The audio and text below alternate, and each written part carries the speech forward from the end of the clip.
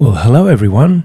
Welcome to another show of Private Universe, the third episode of Alternative Healing with Alfred. We were still at the park. It was very windy. It got even windier. And we talked a little about alternative healing and how the average person can use it in their daily life.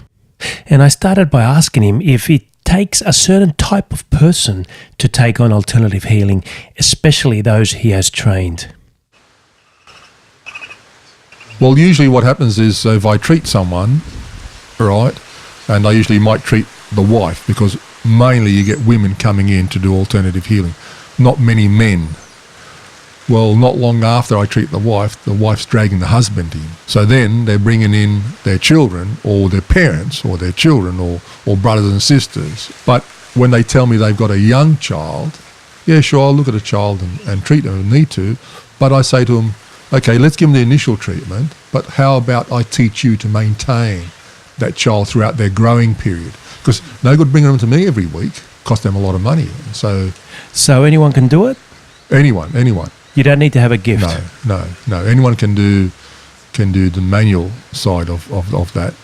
So the main three things to in the teaching is adjust the short leg, adjust what they call drop rib cage, and hypertonics. And hypertonics simply means that hyperton stroke X, hypertonics, is a muscle that is switched on, right, fully stretched out. Hypertonic is when a muscle is switched off and it's constricted, shrunk.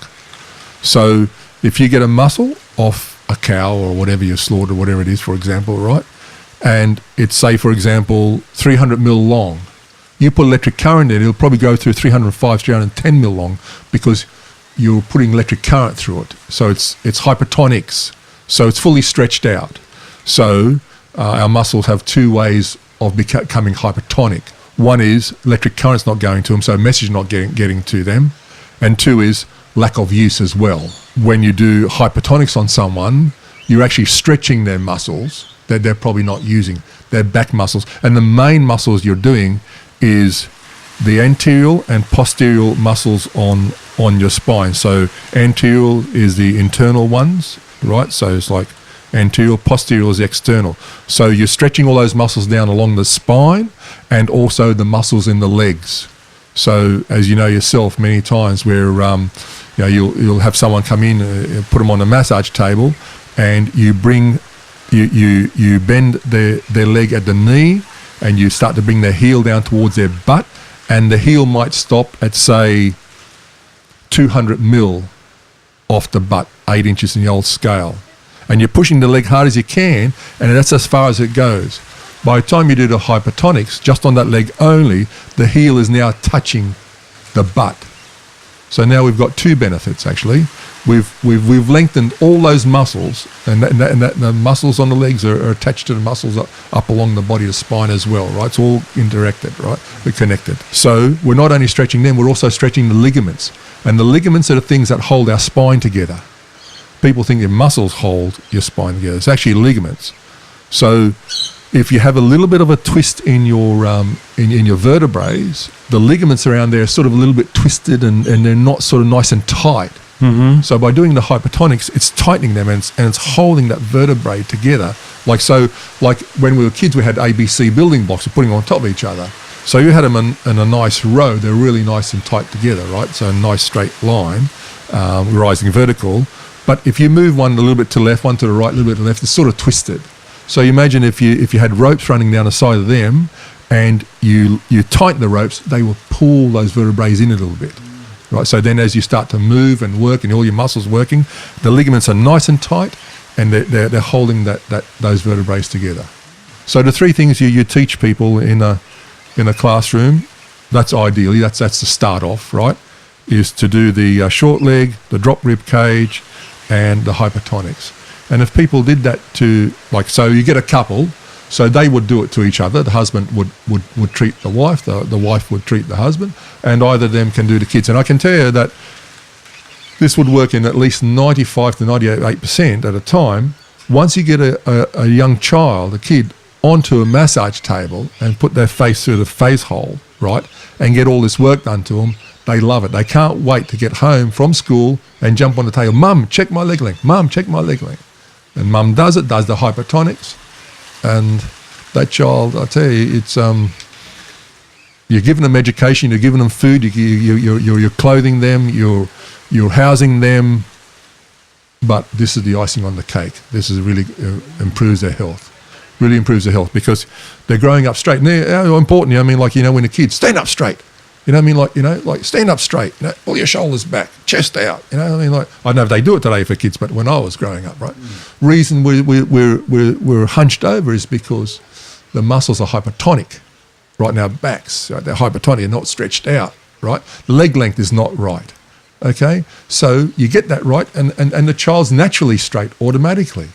So your child grows up nice and straight and tall and of course then you're minimising the chances of them having back pain, having hip pain, which could lead to hip replacement, and knee pain, which leads to knee replacements.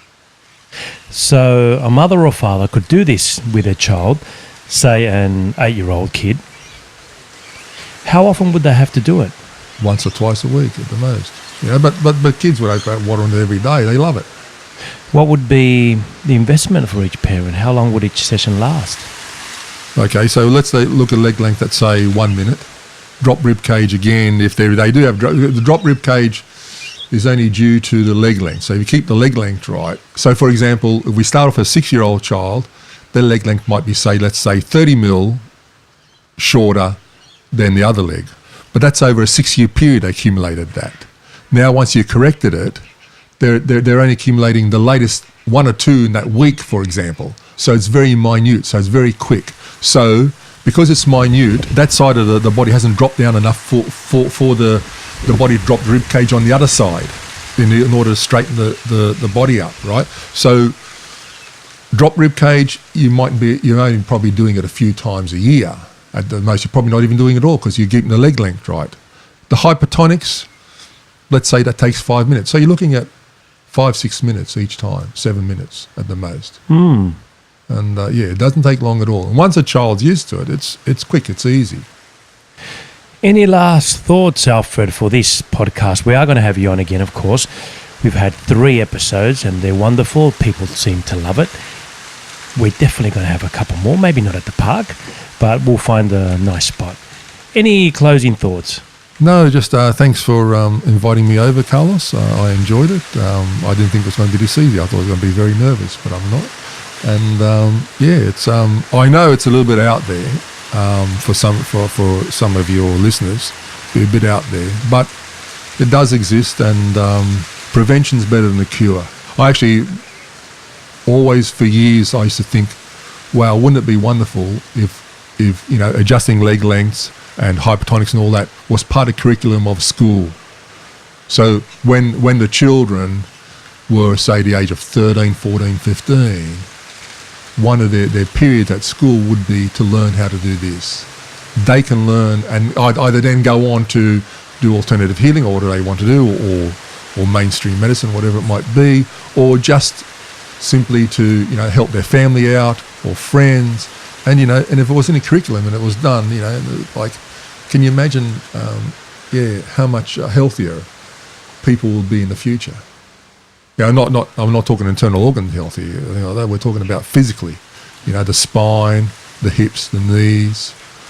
That I think that would have been fantastic, but I don't think that will ever happen in my lifetime, this lifetime. But maybe next one. Yeah, you never know after this podcast.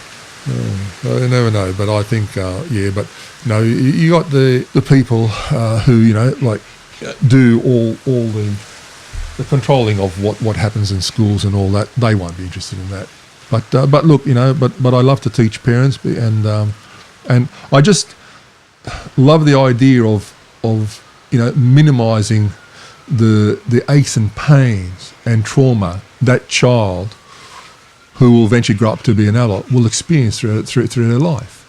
You know, if you can prevent people, you know, as I said earlier on, hip replacement, knee replacement, or just back pain, aches and pains, you know, that is very satisfying for me, knowing that, you know, that I'm doing that when I was treating people or teaching people to to work on either their family or friends. Or, and as happened in Tasmania, when I had the class, there was at least 30 people who were healers there, who had their own modalities and that, but they wanted to learn something new. You know, someone does for either touch for health or kinesiologist or massage therapist or whatever it was. You know, they wanted to learn something new, and everyone's really, really happy with it. And I would have ran some more classes, but something happened in my life, and then I ended up moving back to the mainland. Interesting, Alfred. Hopefully next time we have you, I'd love to go into that part of your life, your private life, how you ended up on that mainland. Yes, that's a long one. That's a long story, mate, yeah. Thank you, Alfred. Thank you, Carlos. That was the third and final part of Alternative Healing with Alfred. I'm sure we will convince Alfred to come back and do another series on this wonderful topic and a little bit about his own very interesting life. This is Carlos Camacho saying goodbye for now from Private Universe.